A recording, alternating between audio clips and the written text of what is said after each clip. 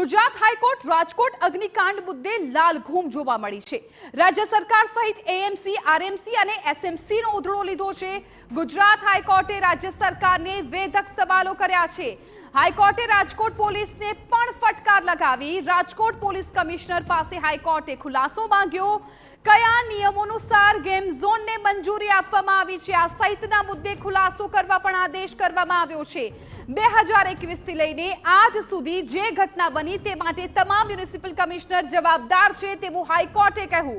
જુલાઈ 2021 થી અત્યાર સુધીના તમામ કમિશનરને વ્યક્તિગત જવાબ રજૂ કરવા માટેનો આદેશ આપ્યો છે। આ તમામને ફરજ મોકૂફ કરવા જોઈએ, પરંતુ અમે એક મોકો હજુ આપીએ છીએ તેવું હાઈકોર્ટે કહ્યું। ફાયર એનઓસી ના પાલન માટે શું કામ કર્યું છે એવા પણ સવાલો કર્યા છે। તમામ કોર્પોરેશનના ચીફ ફાયર ઓફિસરને પણ સોગંદનામું દાખલ કરવાના આદેશ આપ્યા છે। અમદાવાદ, સુરત, વડોદરાના મ્યુનિસિપલ કમિશનરને સોગંદનામું કરવા આદેશ આપ્યા। क्या पगला लीधा सहितना तमाम मुद्दे सोगंदनामું કરવાના આદેશ આપ્યા છે અને ભવિષ્યમાં શું કરવા માંગો છો તે અંગે પણ હાઈકોર્ટે ખુલાસો માંગવાનો પણ આદેશ આપ્યો છે। ખુલાસો કરવાનો આદેશ આપ્યો છે અને શા માટે મ્યુનિસિપલ કમિશનરને જવાબદાર ગણવામાં ન આવે એવો પણ સવાલ કરવામાં આવ્યો છે અને બાકીના 3 આરોપીઓ ક્યાં છે આ સવાલ પણ હાઈકોર્ટ તરફથી કરવામાં આવ્યો છે। કંકોત્રી મોકલાવાની છે કે શું તેવો કટાક્ષ પણ હાઈકોર્ટ દ્વારા કરવામાં આવ્યો। અમને હવે રાજ્ય સરકાર અને તંત્ર પર જરાય પણ ભરોસો નથી રહ્યો તેવું પણ હાઈકોર્ટે કહ્યું છે અને આ સાથે જ વેધક સવાલો કર્યા છે। 6 જૂને આગામી સુનાવણી છે હવે હાથ ધરવામાં આવશે। तो हाईकोर्ट में राज्य सरकार वती एडवोकेट जनरल आपी रहा है जवाब। मनीषा लवकुमार शाहे हाईकोर्ट में राज्य सरकार मूक्यो है पक्ष। अमे खूब गंभीरताथी आ विषय लीधो छे अने तात्कालिक पगला भर्या छे तेवुं एडवोकेट जनरलनुं कहेवुं छे अने आखाय राज्यमां अमे गेम झोन बंध करी तात्कालिक पगला लीधा। 48 कलाकमां 6 अधिकारीओने सस्पेन्ड कर्या। घटनानी जाण थता तरत ज कामगीरी शरू करवामां आवी। 5:43 घटनानी जाण थई अने 5:48 कामगीरी शरू करी। 28 लोकोना मौतनी कोर्टनी जानकारी अपाई छे। अमे डीवीआर जप्त करीने सीसीटीवी पण रिकवर कर्या छे अने एसआईटी ने 72 कलाकमां रिपोर्ट आपवा आदेश करायो छे। नियमानुसार बांधकाम छे के केम ते दिशामां पण तपास थई रही छे। फायर एनओसी हती के नहीं तेनी पण तपास कराई छे। तो हाईकोर्ट में एएमसी ना वकीलनी चौंकावदारी कबूलात। अमदावाद में चालता 3 गेम झोन पासे मंजूरी न होवानी कबूलात करी छे। 2 वर्षथी मंजूरी वगर गेम झोन चालता होय तो कोर्पोरेशननी जवाबदारी छे के कड़क पगला लेवा जोईए तेवुं हाईकोर्टे कह्युं छे। सूरत कोर्पोरेशनना वकीलनी कोर्टमां महत्वनी रजूआत। गेम झोननी मंजूरी आपवा माटे म्युनिसिपल कोर्पोरेशन जवाबदार नथी। सूरतमां 10 गेम झोन सील कर्या छे तेवुं एसएमसीना वकीले कह्युं छे। आ घटनाનો અનધિકૃત બાંધકામ માટે એવું હતું કે બિલ્ડિંગ યુઝ પરમિશન લેવી પડે, એના માટે પ્રોપર પ્લાન મૂકવા પડે, પરંતુ આ જે કિસ્સાની અંદર જે ટીઆરપી મોલની અંદર જે આ ગેમિંગ ઝોન હતો તેને ક્યારેય તેઓએ પ્લાન પાસ કરાવ્યા જ નહોતા અને પ્લાન પાસ નહોતા કરાવ્યા એના માટે બિલ્ડિંગ યુઝ પરમિશન પણ લીધેલ ન હતી। તો આવી પરિસ્થિતિની અંદર જ્યારે આ 100% ઇલીગલ કન્સ્ટ્રક્શન હતું તો તેની અંદર બિલ્ડિંગ યુઝ પરમિશન મળી ન શકે અને ફાયરના જે નોર્મ્સ પણ પૂરા કરવામાં ન આવ્યા।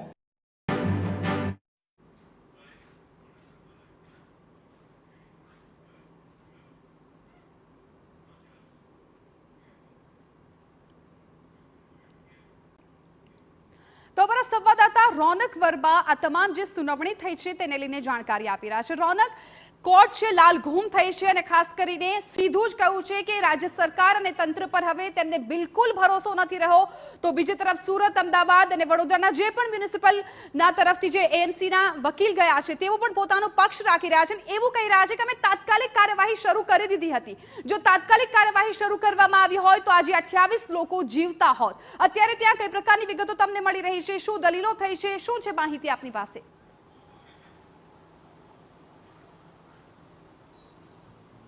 जे बिल्कुल थी जे प्रकारे परम दिवसे अग्निकांड थयो ने अग्निकांडना 12 कलाकनी अंदर अंदर गुजरात हाईकोर्ट द्वारा जे सुओ मोटो पिटिशन छे ते दाखल करवामां आवी छे। 24 કલાકના સમય બાદ આજે વધુ એક વખત જ્યારે સુનાવણી નિયત કરવામાં આવી હતી ત્યારે જે તમામ કોર્પોરેશનના એડવોકેટ પેનલ એડવોકેટ્સને હાજર રહેવા માટે કહેવામાં આવ્યું હતું. આ ઉપરાંત ગુજરાત હાઈકોર્ટ એડવોકેટ એસોસિએશન તરફથી પણ જે રજૂઆત છે તે કરવામાં આવી હતી. રાજ્ય સરકાર વતી જે 2 એડિશનલ એડવોકેટ જનરલ છે તેઓ હાજર રહ્યા હતા અને સ્પષ્ટપણે જે સરકાર તરફી જે દલીલો કરવામાં આવી હતી, કોર્પોરેશન તરફી જે દલીલો કરવામાં આવી હતી, તેમાં ગુજરાત હાઈકોર્ટે સ્પષ્ટપણે કહ્યું હતું કે પાછલા 4 વર્ષથી ફાયર અને ફાયર સંબંધિત વિગતો માટે જે પણ કાર્યવાહી ચાલી રહી છે તેમાં જે સ્ટેટ અથવા તો સ્ટેટ મશીનરી ઉપરથી સંપૂર્ણપણે ભરોસો ઉઠી ગયો છે. આ ઉપરાંત પણ અનેક જે રજૂઆતો કરવામાં આવી હતી. ગુજરાત હાઈકોર્ટ એડવોકેટ એસોસિએશનના સેક્રેટરી હાર્દિક બ્રહ્મભટ્ટ આપણી સાથે હાજર છે, તેમની સાથે જ વાત કરીશું. હાર્દિકભાઈ, જે પ્રકારે 4.5 કલાકથી વધુ સમય દરમિયાન જે સુનાવણી ચાલી, રજૂઆતો કરવામાં આવી, શું મુખ્ય વાતો રહી આજની? જે મુખ્ય વાત એ રહી કે જે ગઈકાલે રવિવારના દિવસે પણ કોર્ટે સ્પેશિયલ એસેમ્બલ થઈ અને આજની આ સો મોટો પિટિશનની સુનાવણી રાખી હતી. તેની અંદર એવા કહેવામાં આવ્યું કે જ્યારે અરજદારે અમિત પંચાલ સાહેબે જ્યારે રજૂઆત કરી કે 2020થી આવી પીઆઈએલ ચાલુ છે, જેમાં વખતો વખત અલગ અલગ દિશા નિર્દેશ આપવામાં આવેલા છે અને એ ઓર્ડર્સનું કમ્પ્લાયન્સ બરોબર ન થયું અને એના કારણે જ્યારે આ રાજકોટ જેટલી આટલી મોટો ટીઆરપી મોલની આ જે ગેમિંગ ઝોન છે એ લગભગ 2 વર્ષની આસપાસથી તો ચાલુ હતો. તેની અંદર કેટલાય ઓફિસર્સ ત્યાંથી આવજાર પસાર કરતા છે, તેમણે તેમનું ધ્યાન બરોબર ન રાખ્યું અને જે ઓફિસર્સ છે જેમને કમ્પ્લાયન્સ કરવાનું હતું આ ઓર્ડર્સનું, એનું કમ્પ્લાયન્સ બરોબર ન કરવાના કારણે આ માનવ સર્જિત આવી મોટી દુર્ઘટના બની અને જેમાં આટલા બધા બાળકોનો પોતાનો જીવ ગુમાવવો પડ્યો. માનવ સર્જિત દુર્ઘટના જે હાઈકોર્ટે ગણાવી છે. આ ઉપરાંત 2021 જુલાઈથી લઈને અત્યાર સુધી જે મ્યુનિસિપલ કમિશનર રહ્યા છે, પોલીસ કમિશનરની પણ ક્યાંક આ બાબતે વાત કરવામાં આવી હતી. શું જવાબદારી હતી જે તેમણે નથી નિભાઈ અને પરિણામે 28 જેટલા નિર્દોષ લોકોએ પોતાનો જીવ ગુમાવવાનો વારો આવ્યો છે? જે તે કોર્પોરેશન એરિયાની અંદર જે પણ બિલ્ડિંગ્સ બને છે અથવા જે એવા મોલ બને અથવા કોઈ આવે ગેમિંગ ઝોન બને, તેની અંદર જે ફાયરના નોર્મ્સ પાડવા પડે, એ બિલ્ડિંગની અંદર જ્યારે બિલ્ડિંગ યુઝ પરમિશન લેવા માટે જે ફાયર નોર્મ્સ પાડવા પડે, એ બધા નોર્મ્સ માટેના કાયદા બી છે અને એ કાયદાના અમલ માટે આ પીઆઈએલમાં વખતો વખત કરેલા ઓર્ડર્સ પણ છે. એ ઓર્ડર્સનું કમ્પ્લાયન્સ કરવાનું કામ કમિશનરનું આવે છે, કારણ કે જ્યારે કોર્પોરેશનને રિપ્રેઝેન્ટ કરવાનું હોય તો એ કમિશનર દ્વારા કરવામાં આવે છે, એટલે એ નિર્દેશો પણ કમિશનરને આપવામાં આવે છે. જ્યારે એ કમિશનર પોતાનું કામ યોગ્ય રીતે ન કર્યું, એટલે જ્યારે આ 2021થી જ્યારે આ મોલ બની ગયો હતો ટીઆરપી મોલને, ત્યાં ગેમિંગ ઝોન ચાલુ હતું, હાલના જે આવેલા કમિશનર છે થોડા ઓછા સમયથી આવે છે, પરંતુ એટલા માટે જ કોર્ટે એવું કહેવામાં આવ્યું કે જ્યારથી આ દિશા નિર્દેશો બન્યા આપવામાં આવેલા છે 2020થી અને 2021થી જ્યારે આ મોલ કાર્યરત હતો, તે તમામ લોકોએ જેણે ધ્યાન નથી આપ્યું એટલે એમનું કામ બરોબર ન કર્યું, તો એ તમામની સામે પણ એ બધા જવાબદાર છે એવું એક તાર્કિક વાત કરવામાં આવી. ખાસ રાજ્ય સરકાર જે જવાબ રજૂ કર્યા હતા તેના ઉપર જે એસઆઈટીની વિશેષકર વાત કરવામાં આવી છે, એસઆઈટીના રિપોર્ટ ઉપર જે ઇન્ટ્રીમ અને ફૂલ રિપોર્ટની વાત કરવામાં આવી છે, તે મામલે શું કહેવામાં આવ્યું છે? રાજ્ય સરકારે પોતાનો પક્ષ રજૂ કરતાં કહેવામાં આવ્યું કે અમે તાત્કાલિક ધોરણે એક સ્પેશિયલ ઇન્વેસ્ટિગેશન ટીમનો એક ગઠન કરવામાં આવેલું છે અને તેઓને એવો હુકમ કરવામાં આવ્યો છે કે 72 કલાકની અંદર, એમના ગઠનના 72 કલાકની અંદર તેઓ એક ઇન્ટ્રીમ રિપોર્ટ રજૂ કરવો અને તેઓનો ફાઇનલ રિપોર્ટ સંપૂર્ણ તપાસ બાદ 10 દિવસની અંદર સરકારમાં જમા કરાવો એવું કહેવામાં આવ્યું છે. ધન્યવાદ. હતા Hardik Brahmbhatt, secretary Gujarat high court advocate association, જેઓ સંપૂર્ણપણે જણાવી રહ્યા છે આજની કાર્યવાહી કયા પ્રકારે રહી. પરંતુ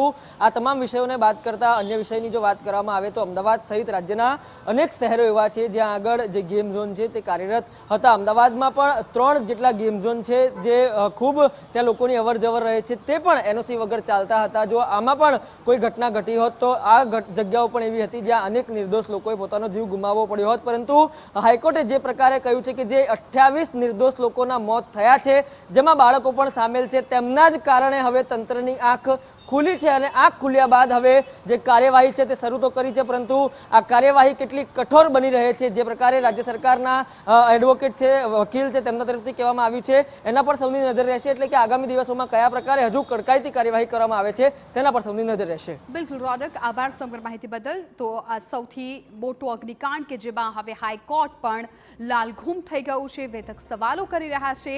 હજુ પણ જે આરોપીઓ નથી પકડાયા એમને લઈને પણ કટાક્ષ કરવામાં આવી રહ્યો છે. તો આ તરફ જે રાજ્ય સરકારના એડવોકેટ જનરલ છે એવો પણ પોતાનો પક્ષ મૂકીને ક્યાંક બચાવની મુદ્રામાં પણ જોવા મળી રહ્યા છે.